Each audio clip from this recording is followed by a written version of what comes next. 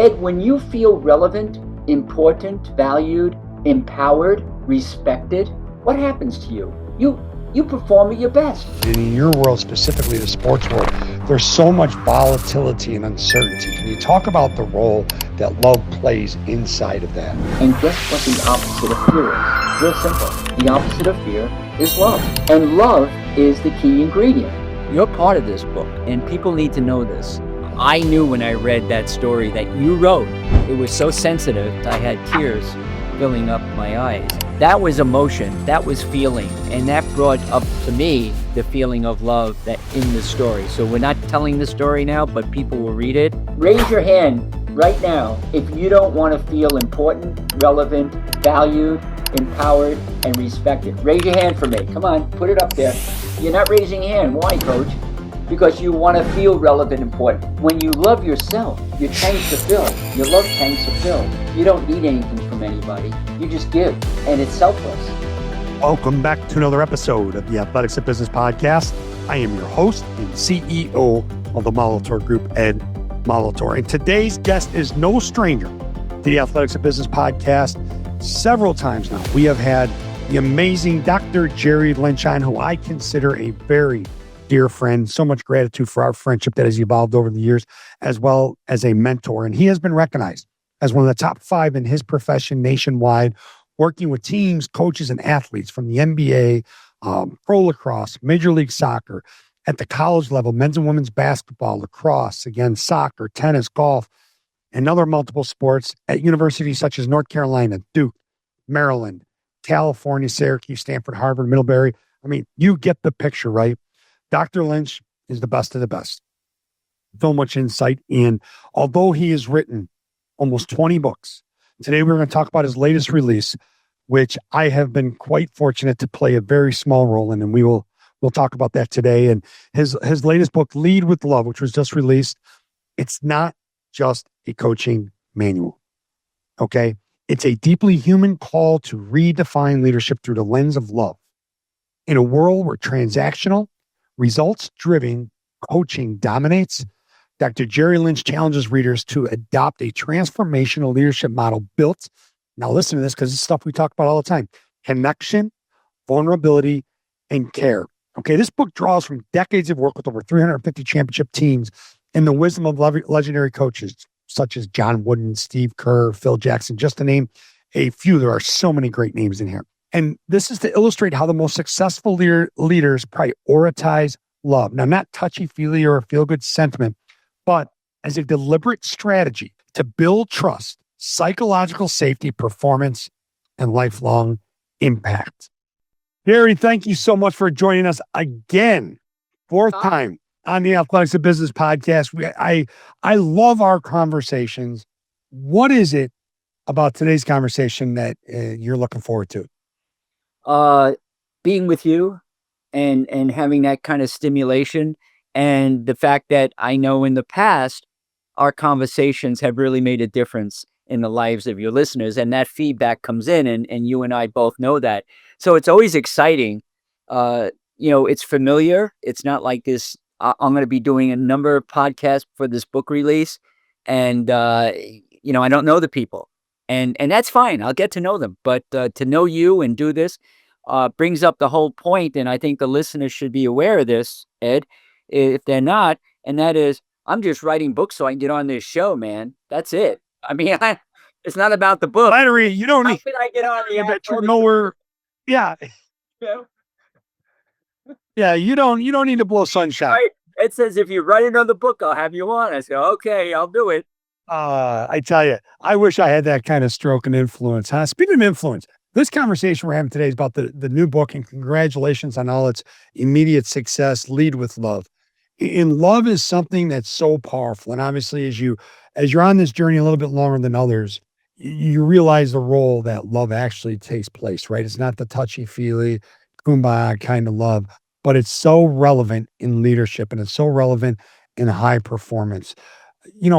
When did you first start connecting the dots with the role that love plays in successful high impact coaching leaders? Oh boy. Back up a bit here. Love is not what you say it is an important component. It's an essential absolute. I have, in my 45 years of experience, Ed, I have never met a successful leader, coach, that didn't have a lot of love in their coaching. In fact, John Wooden, when he retired many, many years ago, was asked the question, so coach, tell us, why has your program been so successful?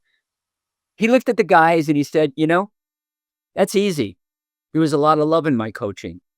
So there you go, and if you talk like a friend of mine, Phil Jackson, not to drop names, but he is a friend. And I remember him saying one time, he said, Jerry, it takes a lot to win an NBA championship. And he rattled off 5, 6, 7, 8 things that, talent, grit, selflessness, fearlessness, all these things. He said, but you know what? If there's one thing that's missing, none of those matter. And so what is that one thing? He said, that one thing is love. We had a lot of love with those 11 rings. Those 11 rings equal love. And as you said so well a few minutes ago, it's not the kumbaya. It's not the touchy-feely. It's genuine love, which has a lot to do with the person. We coach and lead people, not games. Yeah. And love doesn't mean, this is something that we've all learned the hard way. Love doesn't mean that everything is sunshine and rainbows and everything's going well smoothly and that there's no complexity to the dynamics of the relationships of the people that you lead. But I'll argue all day long that it's love that helps you sustain that effort that's required for that elite success. That's a great, great point. And I love the word sustain. I think that's the operative word right here you're talking about. Because, you can go in and woo people in an environment and light up the room and so forth. But if that's not sustained, then nothing happens. It all falls apart. And so let's look at some of the successful situations, programs in the world right now. One of them is the Golden State Warriors. Look at the Bulls, the Chicago Bulls back in the day. Look at the LA Lakers back in the day. They were all sustained victories, and they were sustained because the coaches, the leaders, had developed a safe, open, caring, connective environment where people felt relevant. I mean, think about this. Ed, when you feel relevant, important, valued, empowered, respected, what happens to you? You perform at your best. You go overboard to do the work. I'm your leader. I'm your coach, and I'm asking you to do things. Oh my God. I would do anything for a coach that would make me feel that way. But you asked another point, and I'd like to go back to that because I sort of took you off target there with your question. Like, when did I start connecting the dots? People are not going to believe this, but it was, of all the leadership experience that I have, what I wrote this book about can fit into 90 minutes of learning. 90 minutes total. Now, look, you know me. I've been to leadership conferences, like lots, over my lifetime. John O'Sullivan, my partner, we've put on leadership conferences. I've read dozens of leadership books. I've written many leadership books. Going back to the days of Vietnam, I was a naval officer in charge of 150 men.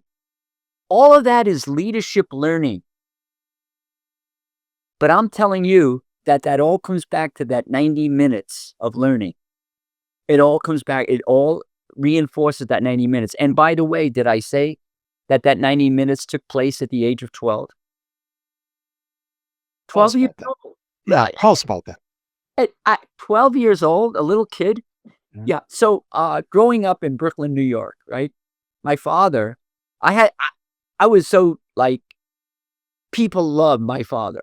Why? Because he was a New York City fire chief. I mean, you're a kid, right? When you were a kid in Chicago, I mean, you heard fire trucks going by. Ed, come on, you'd run after them. Adults would go after them. Whenever you see a fire truck, you stop and you listen, and you're in awe. So I had the greatest dad in the world, according to the 63 kids in my neighborhood. And by the way, the neighborhood was just one street. And those 63 kids were so jealous of me. And the street never slept either, did it? Never. At 9 o'clock at night, we were all playing under the street lamp, on the telephone pole, while the parents were on the porch in the summer chatting away, and the kids were out there playing, and we were safe, and it was a safe environment, and it was wonderful. Anyway, that's another whole story. So I would go to work with my dad maybe every third week. And my mother was busy doing something else, and I was the youngest one home, so my dad would take me along. And this one time I went, I was 12 years old. I was sliding down the fire pole, right? I learned how to do that at the age of 12. And then my father takes me in a Chiefs car, and we go off to a fire with the siren blasting like crazy. And I'm in the back of the car, and I'm looking at all this stuff. And we get to the fire, and there are these officers, captains and lieutenants, standing outside the fire, giving directions. Do this, put the hose over here, blah, blah, blah. My father gets out of the car, grabs the hose, looks at the firefighters and say, "You follow me." And he runs into the fire. The other officers are outside. They're not in the fire. The only way to fight that fire is you get right in the belly of the fire, so you know the structure of the building so that you can put that fire out. As a 12-year-old, I'm watching my father do this, and I'm thinking he's crazy. Why? He doesn't have to go in there. Why is he going in the fire? He comes out, he's filled with dirt, soot, all this stuff going on, and he's running outside, and he comes out 20, 25 minutes later, and all the firemen come after him. And he's there patting them on the butt, like, "Good job, way to go." They didn't have a high five then, but he pat him on, or the fist bump. So he pat him on the head. You give him a shot on a helmet, I love the way no chest bumps on the New York Fire Department either. There's no. So then we go back to the firehouse.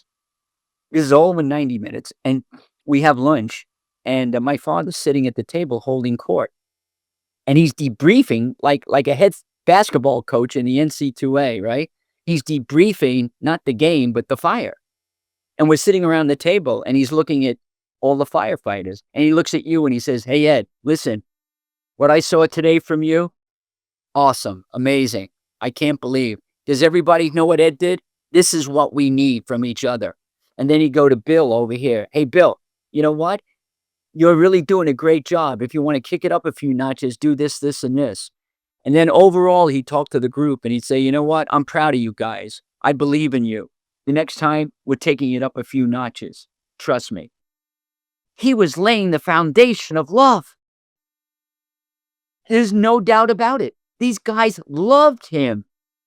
And he was a tough you-know-what. He was a tough SOB. And he would lay into them, and he would demand from them, get into that fire, take that hose, follow me. And the thing was, they did it because they felt his love. They felt he cared so much, Ed. The connection was so deep. They would have done anything for him. At 12 years old, I got that message. Many, many years later, I walk into the office of Dean Smith at the University of North Carolina, and he comes up to me, and he tells me how important I am, and he values me and the work I'm doing at Carolina, and he tells me that he respects what I do. And he says, "You know what? I believe in you, and I'm so glad you're here." I felt loved. I would have done anything. I felt what I saw. I saw my dad, but I felt it from Coach Smith. And when I felt that, this is the key to the story, and I'm going to stop talking. When I felt from Dean Smith, Coach Smith, that love and that connection, it turned my whole professional life around. I then started working with leadership. I wrote a book. Within a year, I had a book published on leadership, my first one or second one. And then I took off from there. He changed my life. Why? Because there's a lot of love in his coaching. Sincere too, and genuine. Oh, What stage of your career was that? Obviously, a lot of books ago, but about where were you age wise and how many years experience had you had in your field when? when you met with Dean Smith that day? When he made you feel Oh, like that? yeah, right. Good question. So that was 2000.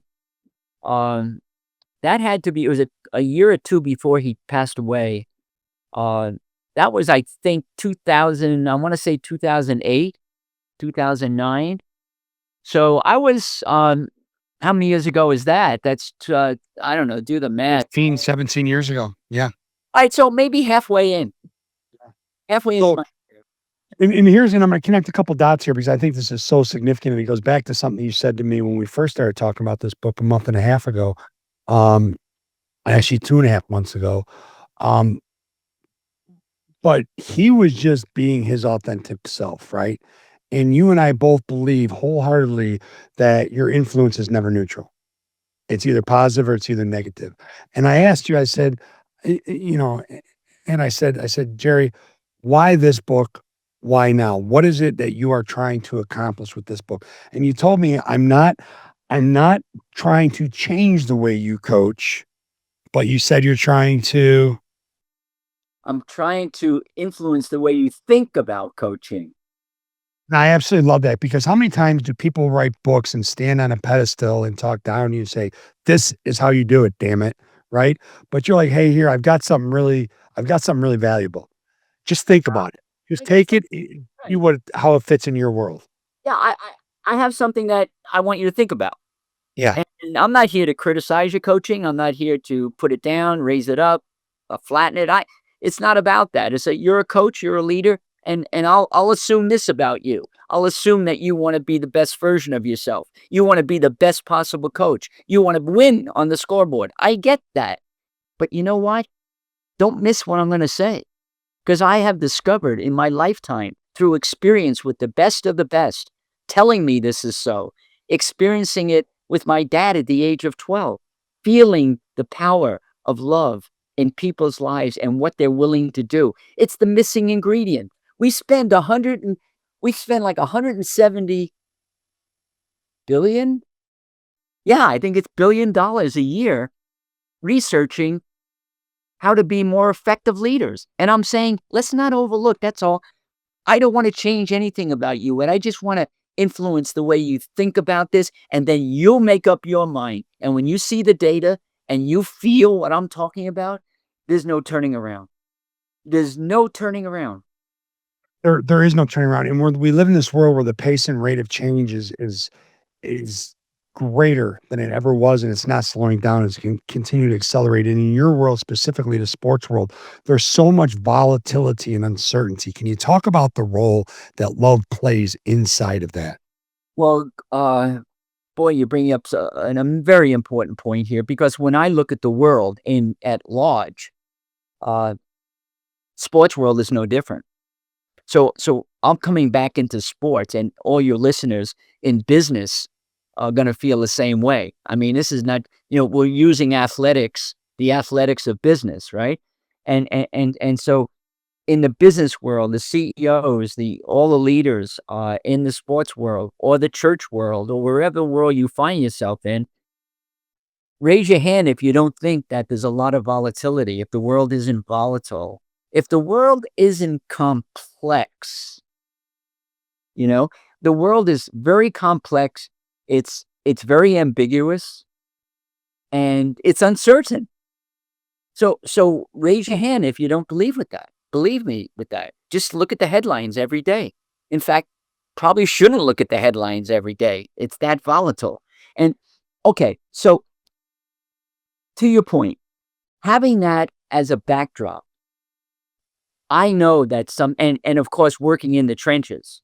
I was telling you before we got on today, I was working with the San Jose Sharks and I'm sitting in a meeting and I haven't talked to them about this yet, but the thing is there's no change. It's the same old.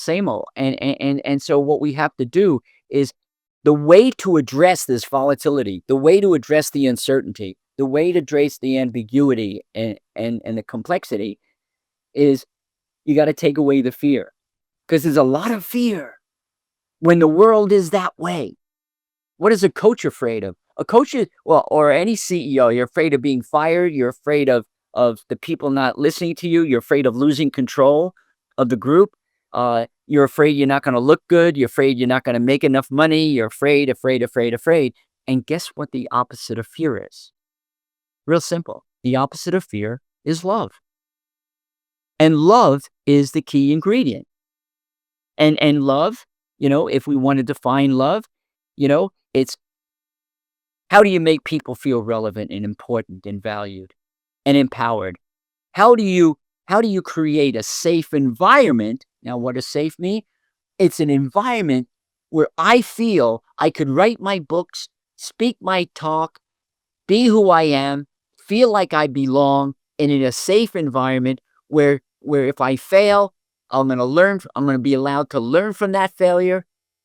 The one in charge is going to say, okay, what can we learn from this? How can we be better because of it?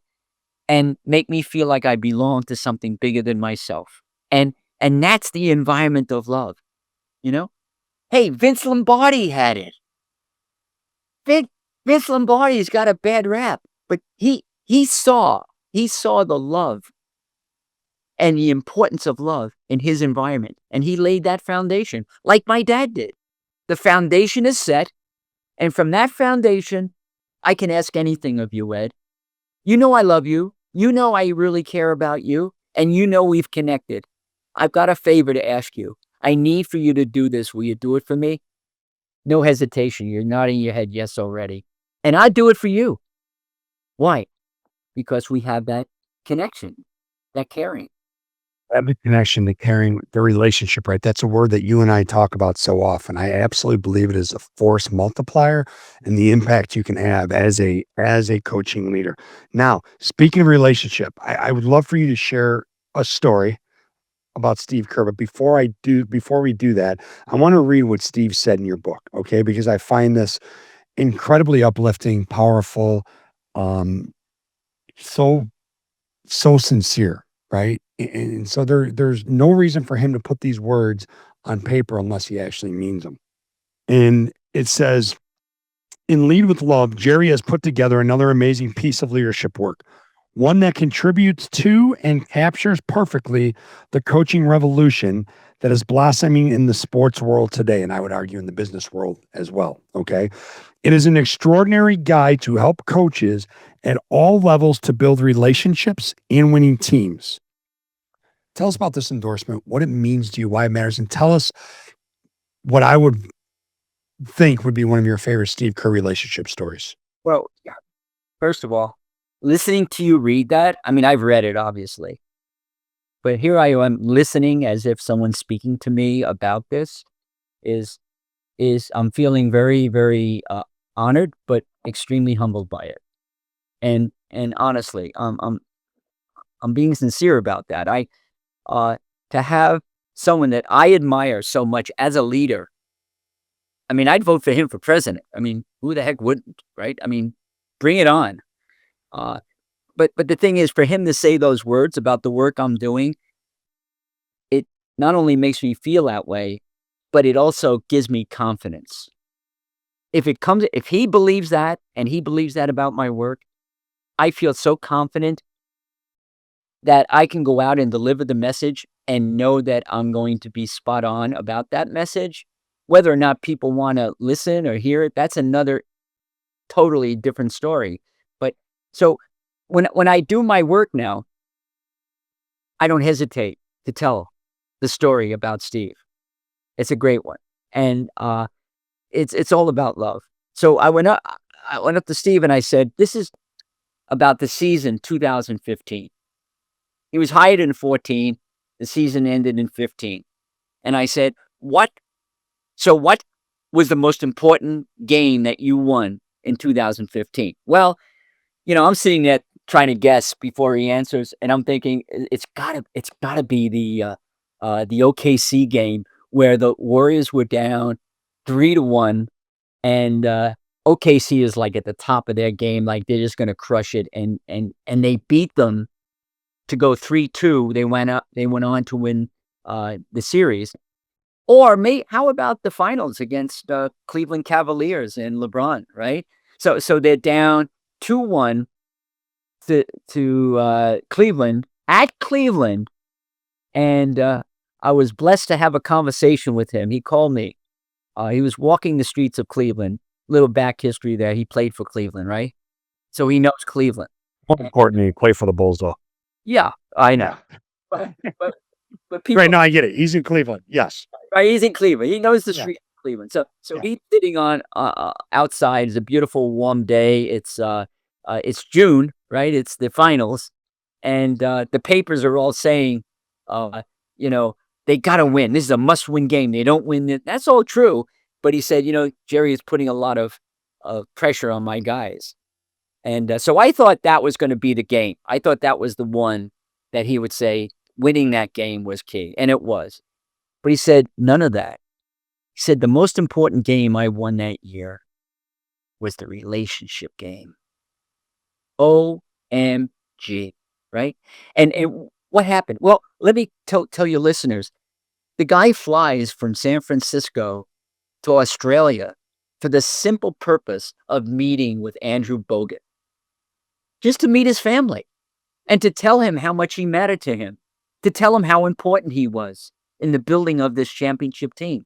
He flies does he have to do that? Are you kidding me? What coach does that? He flies to Atlanta. He visits with Andre Iguodala. And he says, you know what? I love the fact you're coming with us. We'll talk about your role. It's going to be really important to us. I'm honored that you're willing to play for me. These are the relationships that he was building during the championship season. And it wasn't like there weren't other good teams around. Like I said, those 2 games with Cleveland and OKC, and basketball, I mean, it's hard to come back from a 3-1 your first year in coaching. Well, and to do something like that in 2 different series in the same season is pretty remarkable Right? in Right. itself, Yeah. right?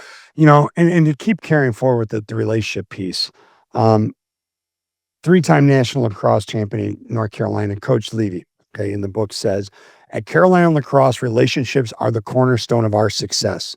Love is expressed through the bonds we build with one another, our teammates, coaches, alumni, and supporters. When you arrive as a freshman, relationships are the priority. It's what we must have to win a championship. Okay.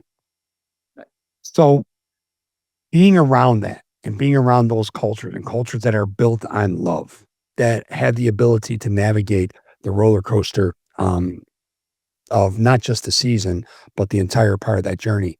What's that like when you see that? What is that like? And what does that make you feel like? It's astounding. And it's like the birth of a baby, having been there with all of my 4 kids being born. It's so amazing.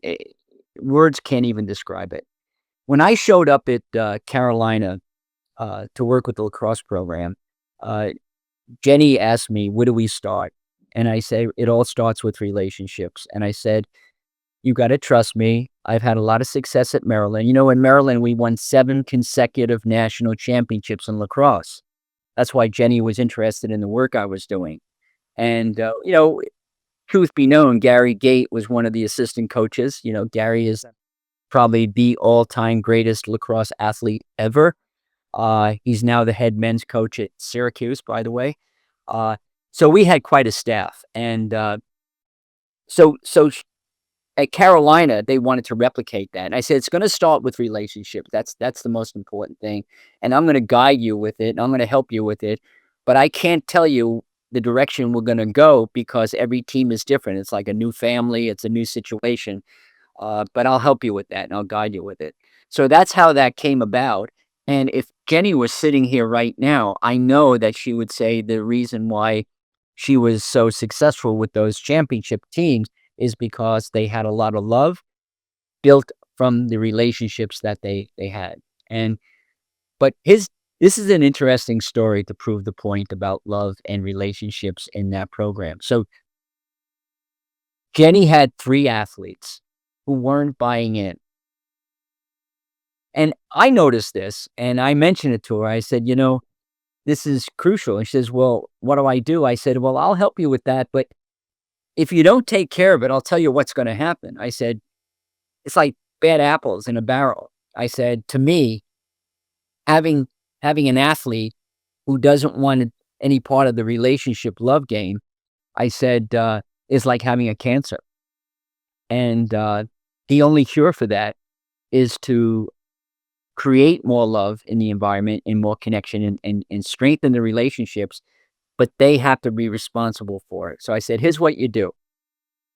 You get those 3 athletes and you say, you know what? You start off with love and you tell them, we love having you here, even though some days maybe it's not the case, but we say, I recruit. Most days. Yeah, Right. I recruited you, Ed, and I recruited you because you're really good, and we really want you here, and we want you to stay here. In order to do that, I need for you to answer this question. What do you need to start doing that you're not doing in order to be a better teammate? And what do you need to stop doing that you are doing in order to be a better teammate? Come back here tomorrow if you have the answers to those questions. Don't come back till you do. The next day, so she treated it with love. She wasn't like screaming at them saying, what's wrong with you? And, you don't fit into this thing. And, I'm going to get rid of you and blah, blah, blah. No, she just said, you decide these answers. 2 athletes came back and 1 didn't. The other one wound up quitting the team. She couldn't deal with it. The other 2 had these behaviors. And what Jenny did was she took their answers and she coached to those and got them to blend in with the environment. The kids went on to become All-Americans. They were good, talent-wise, but they weren't good teammate-wise. And what happened was because Jenny's culture, built with Way of Champions strategies, created a safe environment where people could connect, care for each other, empower each other, and love each other. Coaching Effect Summit is not just any leadership conference. It is an annual event where high-performing leaders come to grow through research, relationships, and real coaching work. It's all happening June 11th and 12th at the beautiful Union Station in Kansas City, and it's packed with dynamic keynotes, interactive sessions, and one-of-a-kind networking opportunities, including a night at the Royals-Yankees game. This year's theme, A New Track Forward, is powered by data. Now get this, from over 500,000 coaching interactions showing what high-impact leaders are doing to drive performance. Here's what you can expect. The latest coaching and leadership research, formal and informal learning opportunities, a supportive community, and networking, and absolutely just a ton of fun. Now, our keynote speakers are not to be missed. Aaron Deal, renowned author and podcast host and founder of Improve It. Mike Buddy, who is a former director of athletics at West Point, and he is now the athletic director at Texas Christian University. Conducting the workshops, Ted Simoninger, president and CEO of Ocean Palmer and author of the world famous book, The Worry Circle. Sarah Worth, president of Excel Institute. And yes, I will be joining, facilitating a workshop. It's going to be a ton of fun. You don't want to miss this. If you want to learn more and grab a special discount, send us an email at info@themolitorgroup.com. That is info@themolitorgroup.com. Or send a text with the word summit to 719-459-6940. 719-459-6940 and text the word summit. As I listen to you say this, Gary, and I think back to the thought I had as I was reading the book, just the table of contents to start with, then perusing through it, and then diving into it. And you see the names and you read the stories. I still don't understand. I shouldn't say I don't understand, but it still baffles me. And I know we get what we look for, but why people would ever push back on the significance of having a culture where love is one of the foundational pieces. Why is it when you're working with coaches, regardless of where they're at in their coaching journey, right, in the arc of their journey, Why do they push back? Yeah. Is it lack of confidence? Is it they don't trust it? Is it previous? Like, what is it? I'm gonna say that after my meeting yesterday with the entire staff of this professional hockey team, I'm gonna say that there is a lot of resistance, and I didn't introduce anything, but I could just sense that there's resistance to that kind of work. And so, what comes up for me is they're not aware. What they're really good at, and what they're really aware, their awareness is so sensitive to the X's and O's. They've got it down. And they're trying to figure out all these strategies, strategic planning, implementation of the strategies that they're not aware. Now, of the importance of the love piece as the top coaches in the world know, and we've gone through it with Phil and Dean Smith and Steve, and the list goes on. Anson Dorrance in Carolina. I mean, it's endless. But they're not aware. Well, let's say they were aware. If they're aware, the resistance is because they don't know how. What's the how? The how is, well, how do I show this love? How do I demonstrate love so that my athletes can respond to it? Well, let's say they knew how. Let's say they were aware, and yes, I know how, and there's still resistance. You know what they're afraid of? They're afraid of losing control. They're afraid that they're being too soft. They're afraid that people are going to take advantage of them. They're going to walk all over them. And the other thing, and this is probably true in a lot of cases, is what we're talking about is not scientific. And it has a lot to do with the science for them, because everything they're doing is data points, right? You got to have a data point. So prove to me, here's the question. The coach will say, prove to me, give me the science behind why what you're teaching in this book, Lead to Love, I need to get. Teach me that. And I'll say, I can't. There is no science per se that's going to prove what I'm saying. But let me ask you a question, coach. Raise your hand right now if you don't want to feel important, relevant, valued, empowered, and respected. Raise your hand for me. Come on, put it up there. You're not raising your hand. Why, coach? Because you want to feel relevant, important. That to me is enough data. That to me is enough science. To me, everybody, whether you're in Afghanistan, whether you're in Ireland, whether you're in Australia, whether you're in any place, it doesn't matter.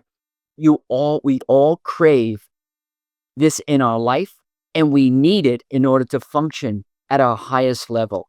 We need it, absolutely. So here's the coach sitting down with me who at first was resisting because of the science and because of everything else. And I'm saying, so you're telling me you need it? You think your athletes need it? Right. Yep. Yeah. Speaking, you named Ireland. Speaking about Missy Foote, right? Had the cross coach at Middlebury College. Yeah. She tells a story in the book. It's really all about love, isn't it? For many years, I carried with me in my coaching clipboard and now in my wallet a printed, laminated copy of the Irish proverb. It is in the shelter of each other that the people live, to remind me that our love shelters our family and friends. As a coach and a servant leader, my obligation is and was to help a group of individuals come together to be the best they could be. It wasn't until I realized, however, that the only way to help people reach that potential was through love and compassion that I became a better coach. Now, my question to you to build on top of this is, what happens if there's someone that you're leading, a team member, whether it's an athlete, whether it's in the business world, and they push back on the love that you're trying to give, right? Or they just aren't open and vulnerable to the relationship piece of what you are trying to do. How do you find that? Or what happens if their actions and behaviors aren't aligned with your, core values and culture of your team? Like, how do you still pour that love piece into it? Well, I have to be what I'm teaching. I have to be the change I want to see, as Gandhi would say. And so whether I'm being a dad or my partner with my wife or my friendship with you or my work with the teams, it's no different. We're all human beings. We're not human doings. We're human beings. And so we want to be kind, caring, giving, all the elevated emotions. We want to be optimistic. We want to value each other. We want to make each other feel important. That's first. So if and if is the operative word here. If I am in an environment where I feel pushback from anything that I'm talking about, and I'll tell you a story which is interesting along these lines in a minute. It's okay. It's okay for me because I'm not going to change. They're going to feel my love. They're going to feel cared for. They're going to feel relevant. Like yesterday at that meeting, I wasn't getting any love from these people, but I was sitting there and I was giving love to them. And the way I was giving love to them was I was being kind. I was being thoughtful. I was making them feel important to me. I told them, I said, I really appreciate, I feel honored that I'm invited into this room, that very few, if any, people are invited in. So I give the love. I demonstrate it for the people. Now, the beauty of my work is I'm not going hunting for people who need this. People who need it and know it come to me. So there you go. I don't have to sell it. I don't have to push it. I don't get pushed back. I get open arms, open heart. When the hearts are open, I'm able to jump in. And when I jump in, they can feel it.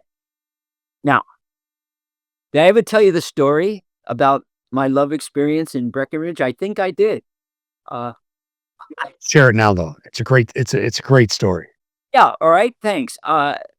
So I was invited to Colorado to give a presentation on my work on building a strong culture and the relationship game. I walk in the morning and there's 300 athletic directors.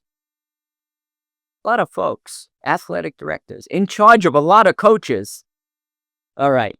All through the state of Colorado. I walk in there and I look around and there are guys with 10-gallon cowboy hats on. They were all so much taller than me with their cowboy boots, and they were ranchers, cowboys. I mean, cowgirls or whatever you want. I mean, from all over the state, and of course, they were inner city CEOs. Bob, when I say CEOs, I mean in terms of athletic directors, in major schools in the city and what have you.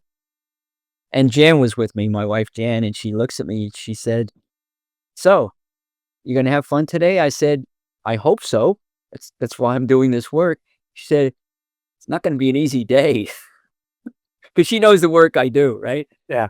And I look at her and I say, "Just watch me."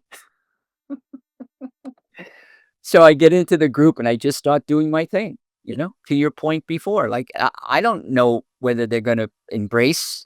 This is a meeting they would come to, and I just happen to be a guest speaker. Who knows if they want to even be there. After 3 hours, we're all saying goodbye. I saw people literally with tears in their eyes that we were ending the session. All these big people, big men, women, standing up, hugging each other. They were all like groups of 10 tables, 30 tables of 10 people. And they were like demonstrating love to each other, caring for each other, wanting something from each other. I had a stack of books. I didn't order enough. I brought like 100 books. They all sold out within like 15 minutes. I mean, they bought into it. Why? It wasn't me. Although I had something to do with it, I'll give you that much. It was the message. They crave the message. They're missing that. It's important. And there's something about your message, right? And there's something about this whole conversation where it allows leaders to reconnect with themselves and who they truly are. And you often talk about, you share this in the book, some profound questions that you can actually ask yourself to get to that. What are those things that we can ask ourselves to help us reconnect and not only, feel the self-love, but be able to pay that forward too and not break that way. Well, I think Ed, what we have to say is this, that, and I'm so glad, by the way, that you didn't miss this point. This is an important point. Why is it important? Because you can't love other people. You can't give love to other people unless you love yourself. You can't. You can't give unconditionally. You can't. Where this breaks down for coaches is, if they don't love themselves, they come across a couple of athletes like Jenny did, who were not getting along with the program, were not buying into the culture, and they're immature, they're insecure, they're fearful. These are the athletes, right? I hate athletes like that, a coach will say. Can't stand them. Give me some of these good ones over here. No, no, no. You've got to love them too. And the reason you have to love them is because they need it more than anyone. They don't have any in their life. And they're human beings, first. And second is they want what you want. Don't forget that. You just have to reach their hearts. Now, to your point, if you don't love yourself, you're going to fight those kids. They're not going to come into your circle. They're not. They're not going to buy in to your message as a coach, as a leader, as a CEO. Your workers won't do it. When you love yourself, your tanks are filled. Your love tanks are filled. You don't need anything from anybody. You just give. And it's selfless. And so how do you give? You give in many ways. And you can't do that if you don't love yourself. So back to your original point, your question. What questions could I ask myself so that I can go deeper and learn more about A, who am I? And B, in what ways do I love myself? One of my favorite questions is, answer this. What do I like most about myself? And you list it. And hopefully it's a nice long list. This is what I love most about myself. Now, here's where it breaks down. What do I like least about myself? And be brutally honest. And I can tell you right off the top of my head about the top 4 or 5 things that I don't love about myself. And it changes. Now, don't stop there, Ed. Take the things that you like least about yourself and give me 1 or 2 ways that you can change what you like least. So what can you start doing that you're not doing in order to like yourself more, to love yourself more? And that's the question. What do I need to start doing that I'm not doing? And what do I need to stop doing? Like, stop beating yourself up. Stop getting down on yourself when you fail, when you make a mistake. There's so many things that we can do, but if you don't ask the questions, you can't go deep enough. One of my favorite all-time questions, and I hope your listeners take me up on this, and Ed, maybe you want to do this. I like to ask people, so if you were to write your own eulogy, what would that look like? And I'll give a room of 300 people a chance to do that. And you put it on a piece of paper about this big. What is this? This is about 5 by 8. Okay. And you just write your eulogy. And my God, I want people to remember that I was a kind, generous, caring, loving person, that I was demanding but loving. I want people to say to me at my funeral about me that I gave my heart and soul, and I never quit. I always got back up when I got knocked down, and I had a lot of grit, and I was selfless, and I gave to people, and so I'm writing this eulogy, and now after the eulogy is written, I'm saying, so underline the things that you're not right now. And now you underline them, and then the question is, what can you do right now to change that? What can you start doing that you're not doing to change that?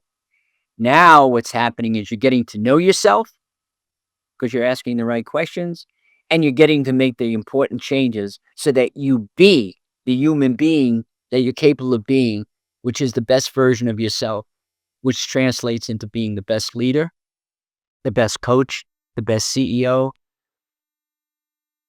the best parent, the best friend, the best teammate, And that's it. That's funny. Talk about the eulogy. And I remember when I think you and I have discussed this when I decided to become a college basketball coach and not pursue pre-med anymore. I as I was having trouble connecting with the business books that we were getting in class. And then finally, my senior year, my professor, Floyd Begin, I'll never forget it. He handed me the book, 7 Habits of Highly Effective People, right? And it talks about beginning with the end in mind, but it talks about what do you want people to say at your funeral? There's so much power. And I've always found it as a place where I can get back to center. But as I sit here and listen to you talk about what you want people to say about you, I never heard you say, well, I want them to talk about how great my book was, Lead with Love, that I have 25 Hall of Fame and national champion coaches that contributed to that, right? Like that's not what it's about for you. And I would argue when you look at the great ones, like the best of the best in terms of coaches, at some point of their career, some it takes longer than others, they get to that point where they realize it's not about them anymore. It's about the relationships that they developed along the way and the people they experienced the highs and lows with. They do get to that place if they're aware and they're conscious and they have the desire to really be a lifelong learner and to be the best version of themselves. So anyone listening to this podcast, if you feel you're a lifelong learner and you want to be the best version of yourself, I'm going to let you in on a secret. It takes a lot of work. I ask the question, who am I, once a year? And I do it on the first of the year, every year. That's my New Year's thing. Who am I? And it's not, I'm a coach, I'm an author of all these books, and that's not me. I do those things, but who am I? And so once I get in touch with who I am, I can love myself. How can you love yourself if you don't know who you are? Here's a person here, you don't know them. Do you love them? No. Why? Because you don't know who they are. Well, how can you love yourself if you don't know who you are? So how do you know who you are? You ask the question, who am I? And these questions, how can I be a better version of myself? And what don't I like about myself? And what can I do to make it better? And I ask these questions all the time. In fact, this book, Lead with Love, has 60 questions. The first question is, who am I? And the 60th question is, who am I? And someone might say, well, why did you repeat it? I repeated it because when you ask that 60th question, you're now different, having answered all the others. Yes. Yeah. You now know who you are. And now you get a closer glimpse into who Ed Molitor is and who Jerry Lynch is. Now I feel I know myself better, so I'm going to ask the question again. That's why every New Year's, I ask the question, who am I? I go through this ritual. I love that. I love the fact that you repeat the question, but I want to make sure we touch on something before we have to wrap up here. Okay. Being, I can see I have something I want to touch on with you. So go Yeah. ahead. Yeah, absolutely. So let me, in this conversation is amazing, right? And the power of love inside of leadership and coaching is so significant. At the very core of who we are, though, Jerry, not though, at the very core of who we are, there is a competitive fire that will always blaze, right? And we hate to lose more than we enjoy winning. But somewhere along the line, one of the greatest aha moments I had was that doing things from a place of love and caring and authenticity, right? And just being a ruthless competitor, okay, and working my tail off and pursuing things and being mentally and physically tough. Those are not mutually exclusive. As a matter of fact, they complement each other. Can you talk about how you see that show up in your work? Oh, absolutely. Look, I think competition has gotten the bad rap, the word. If we trace the derivation of that word, competition, going back to the Latin, the translation is to seek together. The word is compatire in Latin, and it means to seek together. So if you and I are in a race together, or let's say we're playing basketball, and I'm guarding you, I'm going to be in your face. I'm your teammate, but I'm going to be I'm going to be such a pest at the end of practice. It's going to be like, you're going to freaking hate me, you know? Like, why did you do that? I'm your teammate. I did it because I love you. I care more about you and our team than I do myself. And I'm going to come at you. I'm going to make you work harder. And that's compatire, to seek together. It's the Buddhist way of competing. And so you compete together for a higher purpose and a higher good, which is to find out who you are and answer the question, who am I? And so they're not either or. They're simpatico, and we need both. Just like, look, just like coaching. Okay, so coaches are out there saying, "Oh, come on, I've got to." You mean I have to tell my athletes that I care about them? Yeah, you do. Why not? Don't you like to be told people care about you? Well, tell your athlete. Do I have to make them feel it valued and important? Yes, you do. Why? Don't you like to feel that way? Yes. Well, make them feel that way. Well, guess what? Love is something we all need and we all want. I'm not, this is not the philosophy of Jerry Lynch. This is not dogma from any religion. This is human nature. This is the laws of nature. When we love, we light up the room. When we fear, we cast it into darkness. Fear is a cancer of the soul, and love is the light that shines, which shows us the way and opens up and illuminates the path to greater things other than just Jerry Lynch and Ed Molotov. I'm not sure I totally answered you. No, you did. You did. And I think that's it's so profound. But here's the other thing is it's so empowering, right? It's okay to go through the highs and lows. And it's okay to sometimes get disconnected from yourself and who you're trying to be and just make sure you get back to it. That's why you asked the question at the beginning, and that's why you asked the question at the end. Right. And for those of you wondering, am I just one big love ball? No, no. I stress out. I get terribly whacked out. Yesterday, had a very stressful, crazy day, and I almost lost it. It's getting back. It's having an anchor where you just don't go off into space someplace. You come back and you have this way of centering yourself, of taking a deep breath and realizing the situation and what's really needed and required at that time. You look at Steve Kerr, you'll see him yelling on the bench. You look at Phil Jackson, you'll see him yelling at practice. It went back in the day. But the thing is, overall, they know that on a regular basis, that doesn't work.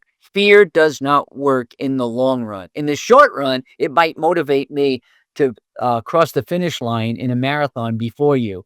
You know, with 100 meters to go and you're coming up on my tail, I'm afraid that I'm going to lose this race. I might get a shot of adrenaline, which will push me way ahead of you. But I can't run a marathon on adrenaline.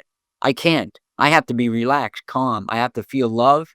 I have to feel connected to myself. I have to feel connected to the ground, all of these things. So before we leave, and maybe this is different, but you know, you're part of this book, and people need to know this. And in fact, I don't know how you want to talk about it, but I'm going to leave it up to you rather than to orchestrate it.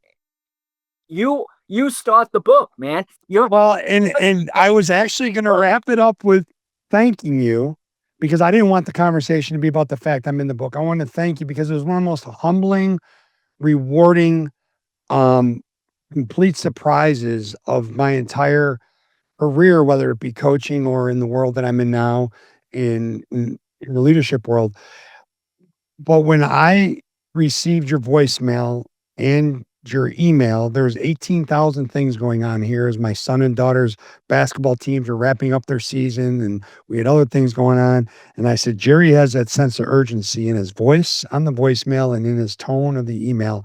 I need to reach out and call him. Right. And I normally, when I'm getting ready and running all over the place, I normally just decompress and do whatever the kids need at that moment. But I called you. And to say that it was an honor would be a massive understatement to be a part of it. But here's what's really cool about it is what you read from our weekly newsletter. What you read was just another story of something I observed an amazing coach doing and how it impacted me, right? And how it made me think about the things that I do and what's important in our world. And it absolutely, watching Coach McDermott that night, and I don't know if we want to give away the story. We're going to make folks get the book so they know the story. But Wait, not all of it. yeah, but I remember observing him after his game at the Paul. I remember sitting there looking at him, looking up. I remember thinking those things myself, realizing there was 2 to 3 people in my world that are part of my organization, our organization, that I needed to reconnect with and make sure that they were doing okay, right? And make sure that everything was okay in their world. because everything, without me even knowing, everything I was observing is exactly what you talk about in your book, Lead with Love. And it was really cool. But Jerry, please know, like, the way you touched me, and my wife happened to walk in the room when we were hanging up, and I turned to do something, and she goes, "You look like you just saw a ghost." And I looked at her, she goes, "Or you won the lottery, one of the two." I go, "Well, it was neither, but it might be better." And she's heard me talk countless times about you, right? And obviously John, and our relationship, how it's evolved over the years. And I can't thank you enough for allowing me to be this small part of this phenomenal book with so many incredible leaders. Well, here's the backstory to that. I read that newsletter, which I read your newsletters. I get them sent to me, and I had to get the book to the publisher like in 3 days, and they wanted the complete manuscript. And I knew when I read that story that you wrote, it was so sensitive. I had water in my eyes. I had tears filling up my eyes, and that was emotion. That was feeling. And that brought up to me the feeling of love that in the story. So we're not telling the story now, but people will read it. But that's what it did for me. And when anything does that for me, it's like I'm all over it. And since I know you, I said, "Oh my God, I've got to connect with I've got to connect with Ed and ask his permission to use this. This is how I want." I had another story there, but it was nowhere near the story that I put it someplace else, and it's still a good story, but yours was like, "This is how I wanna kick off the game. This is the kickoff right now. Blow the Thank whistle." you. Yeah. Yeah. So, Yeah. that was absolutely wonderful, and it means a lot to me, feeling the way I feel about you, to have a personal friend, begin a story in my book that I didn't write, that you wrote. So that's cool. Appreciate that. That means a lot. Now, more about the book, right? Where can people go grab the book? Where can they find it? Yeah. And when they read, and I think this is important, when they read the book, what should their approach be? Right? Like, what should their mindset be when they're, because you and I both know sometimes people read books just to say they read a book. Sometimes people read books and they take notes like crazy, right? Other times people highlight only things that apply to them in their world. What is the best way to read your book, Lead with Love? I'll make this statement. I think this book, if read properly, read in a good way, will be life-changing for the person who's reading it. And, if it's not life-changing, it'll certainly give you so much to think about in terms of what you're doing and how you're being as a leader, a coach, a father, a brother, a friend, whatever. Uh, I would just pick up the book and start reading, and don't feel like you can't jump around. It doesn't have to be from page one to the last page. You could look at it and say, "You know what? I think what I'm going to do is I like this section 4 where they ask all these questions, and I'm going to go try to answer some of the questions." Well, go right ahead. Go answer some questions. But the thing is, it's written. It builds up. I start out, easy, easier, harder, harder, and by the time you get to the end, it's really demanding. And so the book will demand from you, or I should say, you'll demand from yourself certain behaviors and certain things that you wanna execute brilliantly, and make those changes and shifts in your style. And so there's many ways. And by the way, those 60 questions, I tell people in the book, I tell you this, I say, just take on one question, and maybe it'll take you 3 days to answer it, or 3 weeks. I'm going to be honest with you. It's taken me 45 years to answer those questions. Why? Because I go back and ask them again. And I'll tell you, at my age now, the answer to question number 18 the answer is very different than it was when I was like 43 or when I was 57. And I'm older. That's the way it should be. That's Yeah, the way it should right. be. Because Yeah. you should grow and change and expand and evolve. So those questions are changeable. And the answers, excuse me, the questions are the same. The answers are changeable. But I think people who just enjoy the stories, my dad's story, for example, and so many good stories like yours. And I end it with a great story, and I love telling stories. But more than anything is, it has the potential to be life changing. I know it has. I wrote that book and it changed my life. And I think the timing is perfect because the world is volatile and it is uncertain and it is complex and ambiguous. And so I wrote this book to maybe help people to see that, you know what? It's not complex. It's really simple. You know, it doesn't get any simpler than love. I mean, it impacts so much of what we do that we need to concern ourselves with the simplicity of it and not get off and think about 1,000 things I need to be doing. You just have to be a certain way. And then watch what happens to your friends, to your family, to your kids, to those you're leading. And I'm honored to be on this show and to have someone like you to promote and tell people about this wonderful thing. Why? Because I want people to really have a sense of control in their life and be able to make a difference. I'm not looking to make money on this book. I'm looking to make a difference. So if I can make a difference, however that goes down, I'm all in. Well, and Gary, the honor is all ours, right? Like I love having you here. Now it's time to get started on the next book so we can have you back on the show. No, you're just kidding. I'm kidding. Now I've got to write another one, but this No. here will be number 20. So maybe maybe There you that's go. it. Maybe that's Yeah. my book. We'll celebrate. We'll celebrate number 20, which is mind blowing when you really think about it. Yeah. But I can't thank you enough. I mean, just everything that you share with us. The book is incredible. Everything of where to go find it, everything you need to know, where to find Jerry will be in our show notes. It'll be in our social media. You can have it. Jerry, open invitation anytime on the Athletics of Business podcast, my friend. It means so much to me that you'd spend this much time with us. Wow, what an invitation. I don't want to stop. Can everybody notice? I don't want to end this program. But do tell them about my new website too, wayofchampions.com. Yep. WaveChampions.com. We'll put that link in the show notes. Go visit. It's a great website. I mean, it's unbelievable. It's so great. Jerry, thank you. Until next time, my friend. Yep, I love it. Thank you so much, my buddy.